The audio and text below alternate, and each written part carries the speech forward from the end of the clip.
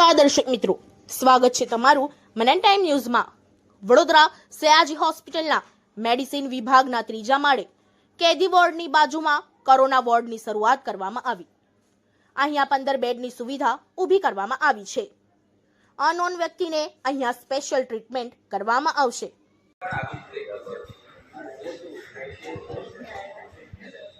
हाँ, what problem we have and how to solve it. How much we are able to utilize it.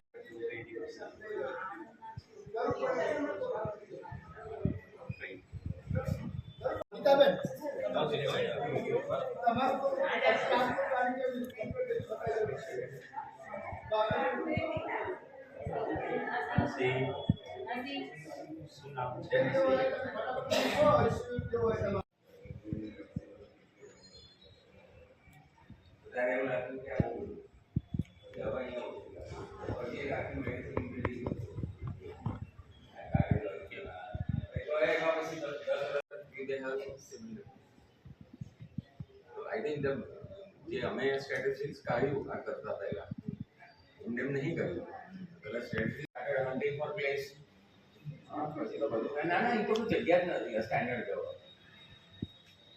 then they were able to find કારણ કે જેને લાગે છે કે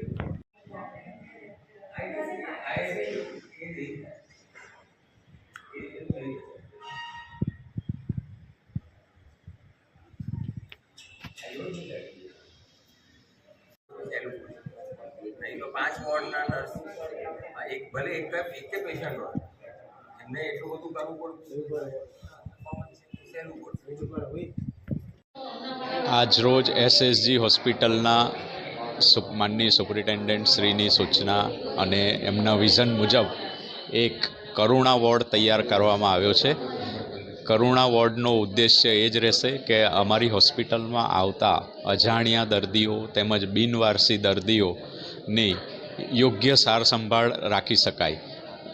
એક જ વોર્ડમાં એ લોકોને રાખી અને ડેડિકેટેડ સ્ટાફ દ્વારા જ આનું સંચાલન થશે, એમની સારવાર થશે અને આમાં જરૂર પડે અમે અત્યારે હાલમાં 15 બેડથી આ વોર્ડ ચાલુ કર્યો છે। જરૂર પડશે તો એ પણ અમે બીજા સેક્શનમાં પણ વધારવાની કોશિશ કરીશું। કયા પ્રકારની સુવિધાઓ ખાસ ઊભી કરવામાં આવી છે અને જે વોર્ડ છે એના કરતાં શું અલગ છે? અત્યાર સુધી અનનોન અને જે આ બિનવારસી દર્દીઓ હોય એ દરેક વોર્ડમાં જે તે ડૉક્ટરના વોર્ડમાં રહેતા હતા, જ્યાં એ વોર્ડનો સ્ટાફ અન્ય સારા દર્દીઓ સાથે એમની સારવારમાં રોકાયેલો હતો, જેથી દરેકને થોડીક સ્પેશિયલ એટેન્શન આપવાની થોડીક મજબૂરી પડતી હતી। જે મજબૂરી દૂર કરવા અને અનનોન અને બિનવારસી દર્દીઓની તરફ ચોક્કસ ધ્યાન આપી અને એ લોકોની સારવાર થાય એ માટે આ વોર્ડનું ગઠન કરવામાં આવ્યું છે। સારવાર થઈ ગયા પછી આ લોકો સાજા થઈ ગયા પછી કઈ રીતે મોકલવામાં? એના માટે એક અલગ પ્રોસિજર હોય છે કાયદાકીય રીતે। એના માટે જુદી જુદી સંસ્થાઓ છે, ત્યાં એ લોકોને મોકલવામાં આવે છે।